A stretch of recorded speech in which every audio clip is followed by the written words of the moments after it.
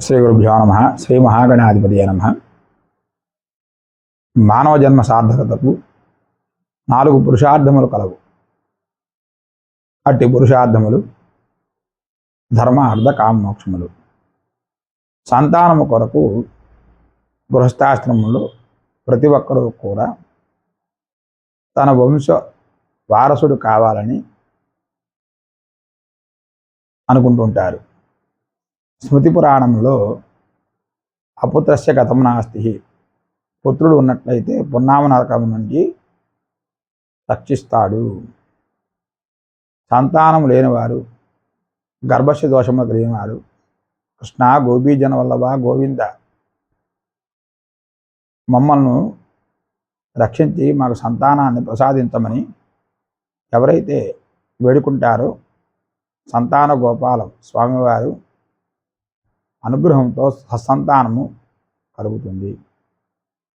సంతాన గోపాలం గురించి భాగవతంలో 10వ స్కందములో 89వ అధ్యాయంలో ఒక కథ ఉన్నది. ద్వారకా నగరంలో ఒక బ్రాహ్మణోత్తముడు తనకు పుట్టిన బిడ్డ మరణించడం జరుగుతూ ఉంటుంది. 1 కాదు 8 మంది బిడ్డలు మరణిస్తారు. అప్పుడు ఆ బ్రాహ్మణోత్తముడు ఉగ్రసేన మహారాజు గారి దగ్గరికి వెళ్ళి, రాజు చేసిన పాపం వలన అట్టి సంతానములన్నీ నేను కోల్పోయాను అని వాదించసాగుతాడు. అక్కడ ఉన్నటువంటి అర్జునుడు, ఓ బ్రాహ్మణోత్తమ, నీవు ఉగ్రసేన మహారాజు గారిని వాదించవద్దు. నీకు కలుగు 9వ సంతానమును నేను యమధర్మరాజు నుండి నేను రక్షిస్తాను అని అభయం ఇచ్చి పంపిస్తాడు. ఆ బ్రాహ్మణోత్తముని భార్య ప్రసవ సమయం ఏర్పడుతుంది. ఆ ప్రసూతి గది చుట్టూ కూడా అర్జునుడు తన గాంధీవం ఎత్తి బాణములతో ఇల్లు తయారు చేస్తాడు.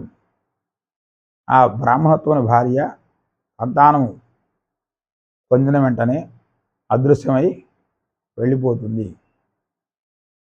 అప్పుడు అర్జునుడు కృష్ణ పరమాత్మతో, ఓ కృష్ణ పరమాత్మ, బాబు అదృశ్యమై వెళ్ళిపోయాడు ఏమిటి అని అడగగా, అర్జునుని తీసుకుని కృష్ణ పరమాత్మ వైకుంఠానికి తీసుకుని వెళ్తాడు. శేషపాన్పం మీద శ్రీమన్నారాయణ నిద్రిస్తూ ఉండగా శ్రీమన్నారాయణ దగ్గరికి వెళ్ళి అర్జునుడు కృష్ణుడు నుంచుండగా నరనారాయణను చూచి ఆ 9 మంది సంతానమును ఆ కృష్ణ పరమాత్మ, ఆ అర్జునుడు శ్రీమన్నారాయణుడు వారిద్దరికీ అప్పచెపుతారు. వారు తిరిగి ఆ బ్రాహ్మణోత్తములకు 9 మంది సంతానమును ఇచ్చేస్తారు. ఎవరైతే ఈ సంతాన గోపాలమును చేస్తారో వారికి తప్పనిసరిగా మంచి సంతానం కలుగుతుంది.